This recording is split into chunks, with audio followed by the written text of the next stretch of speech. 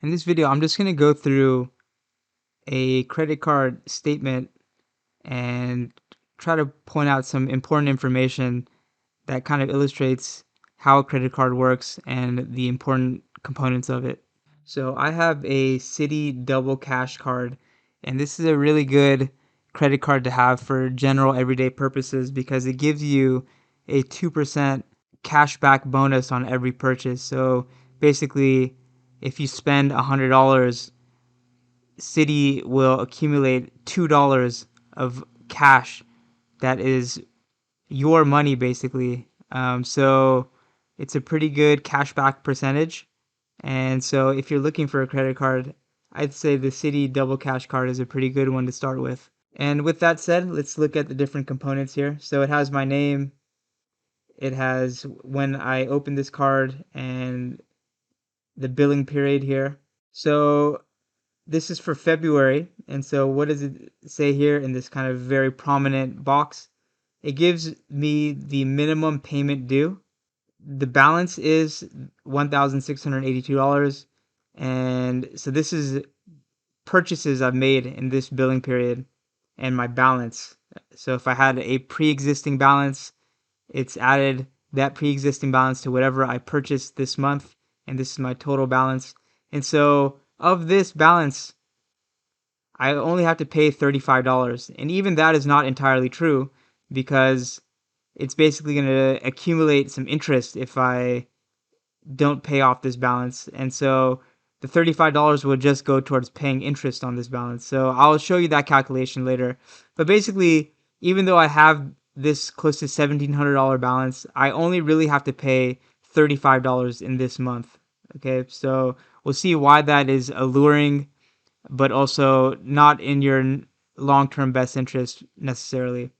Okay, and it gives me a due date for when I need to make at least this $35 payment. I of course could pay off the entire balance too. I'm free to do that, but I need to make a payment of at least $35 by this date.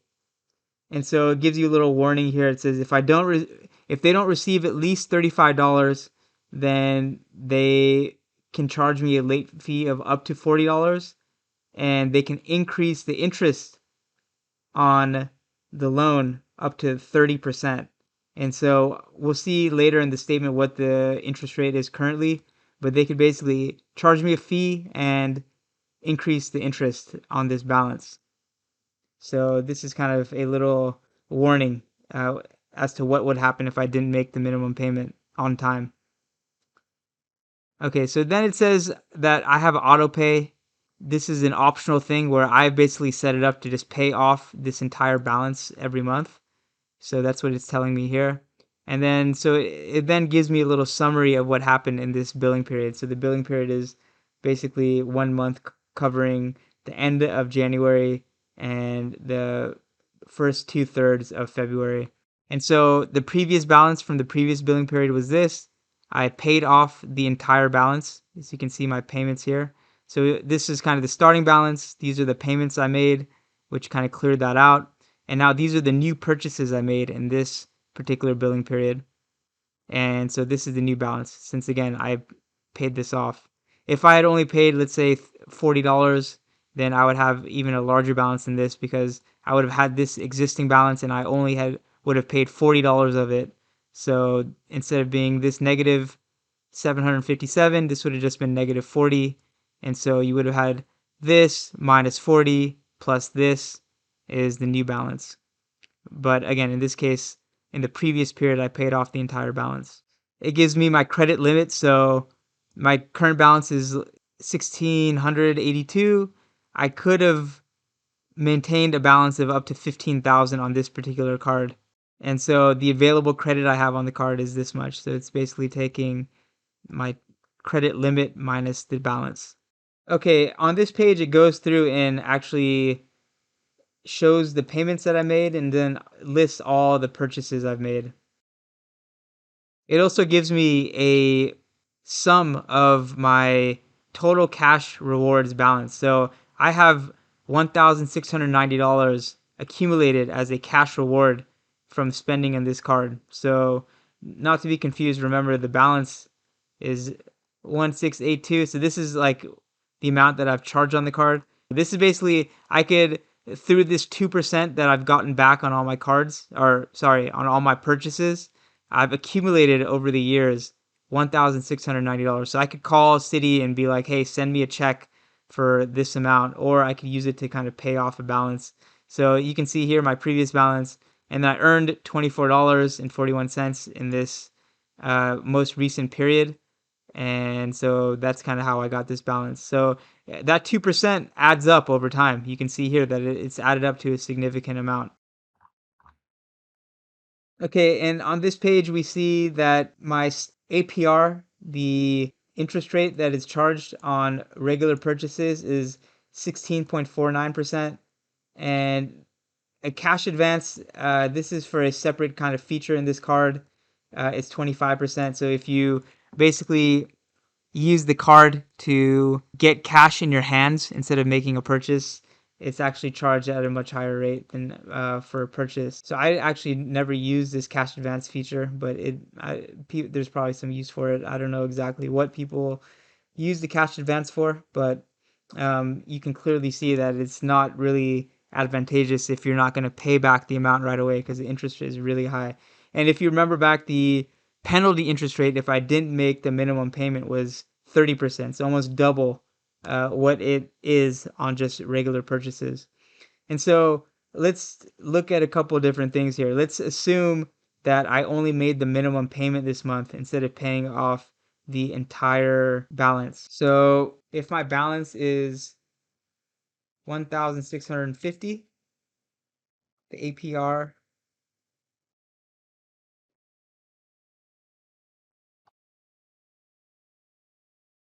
okay,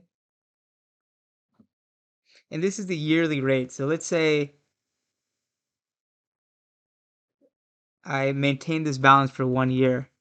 I would end up spending $272 on just interest. But again, this is for a whole year, assuming that this was my balance. So what would it be for just 1 month? It's $22. Okay, so the interest for this balance for just this billing period is $22. And they're saying the minimum payment is $35. So basically, if we found the difference, so this is interest, this is payment,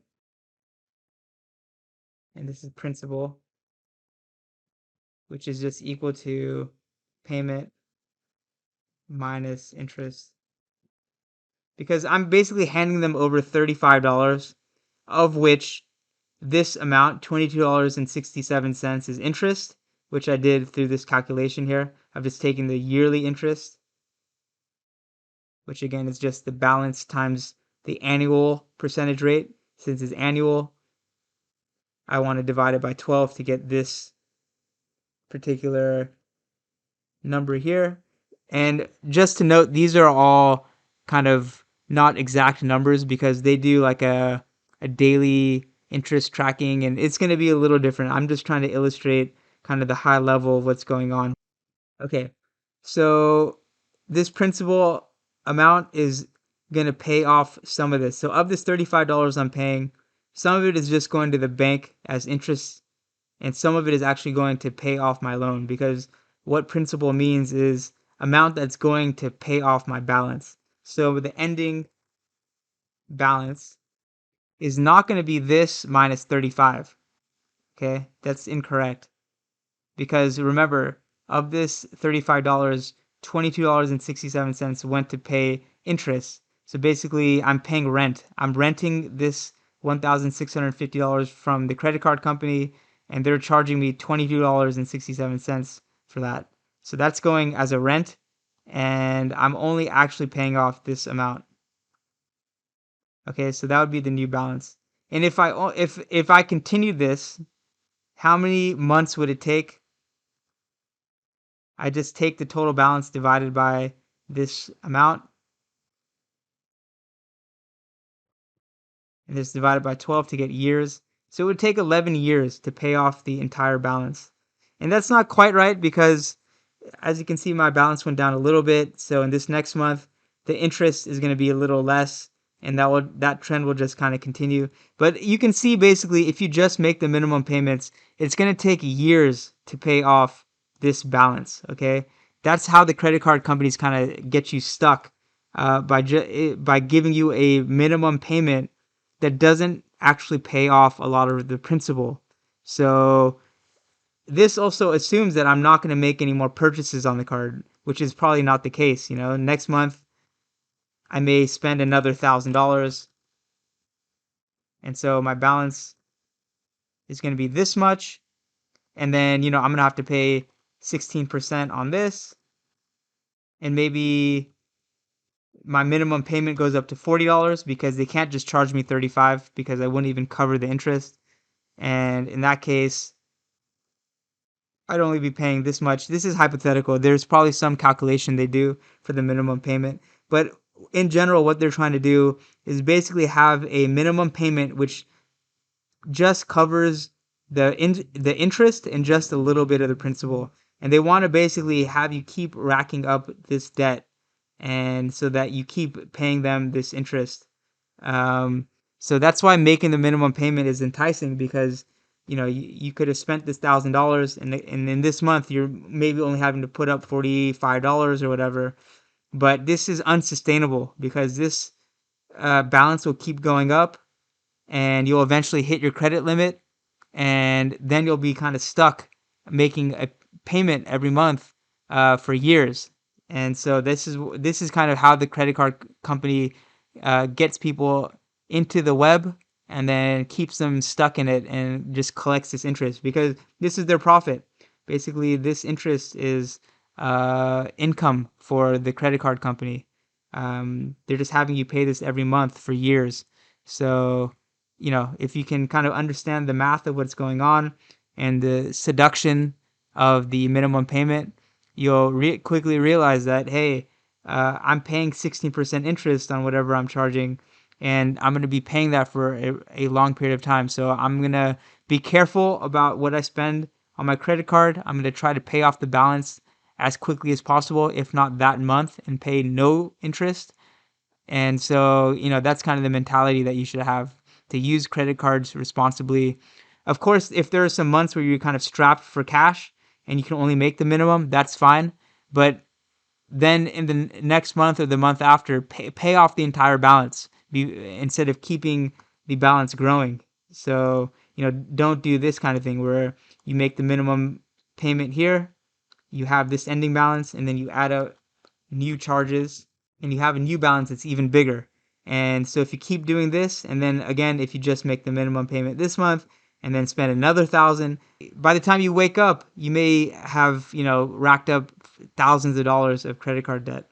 And so people will basically do this. They'll rack up a large amount on one particular card, keep making the minimum payments. They'll open another card and just keep this kind of cycle going until they're overwhelmed and they're just making minimum payments on a bunch of cards and not paying off any of the principal, and not able to continue spending because their credit scores will go down because they'll be maxed out on all their cards, and it's kind of just like a cycle that will eventually burst, and you'll end up in bankruptcy or credit card collections or whatever. So be careful with the credit cards. They can end badly for you if you don't end the cycle of indebtedness. One more thing to note, you see the fees here. So fees are different than interest, and they can be things like late fees. If there's an annual fee on the credit card, then that can show up here. So also pay attention to this because you may have a card that's charging you a fee and you're not realizing it. So just make sure that you're watching this if you have a card that you're kind of unfamiliar with.